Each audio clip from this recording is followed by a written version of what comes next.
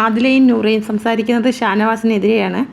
രണ്ടുപേരും ഭക്ഷണം കഴിച്ചുകൊണ്ട് വെളിയിലിരുന്ന് സംസാരിക്കുന്നത് ഷാനവാസിനെ പറ്റിയാണ്. ഷാനവാസ് എന്ത് കാര്യമാണെങ്കിലും ഷാനവാസിക്ക പേഴ്സണലായിട്ടാണ് എടുക്കുന്നതെന്ന് ആദില പറയുന്നു. എന്ത് കാര്യമായാലും നമ്മൾ എന്തെങ്കിലും പറഞ്ഞാൽ അത് പേഴ്സണലായിട്ട് എടുക്കുന്നത്.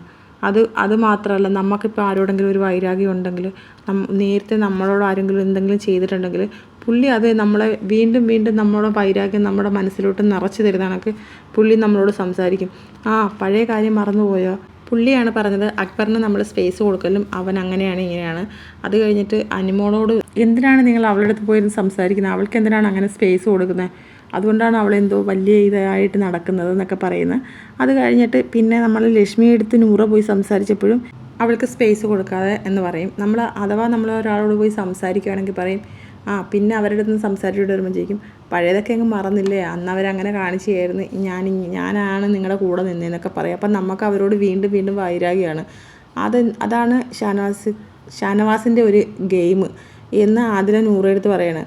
അപ്പം നൂറ പറയുന്നത് എനിക്ക് ആളിനോട് അത്ര ഒരു ഇതില്ല, ആളെല്ലാ കാര്യവും ഭയങ്കര പേഴ്സണലായിട്ട് എടുത്തിട്ട് നമ്മളിപ്പോൾ ആളിനോട് സംസാരിക്കുവാണെങ്കിൽ പിന്നെ ജയിൽ നോമിനേഷൻ അല്ലാതെ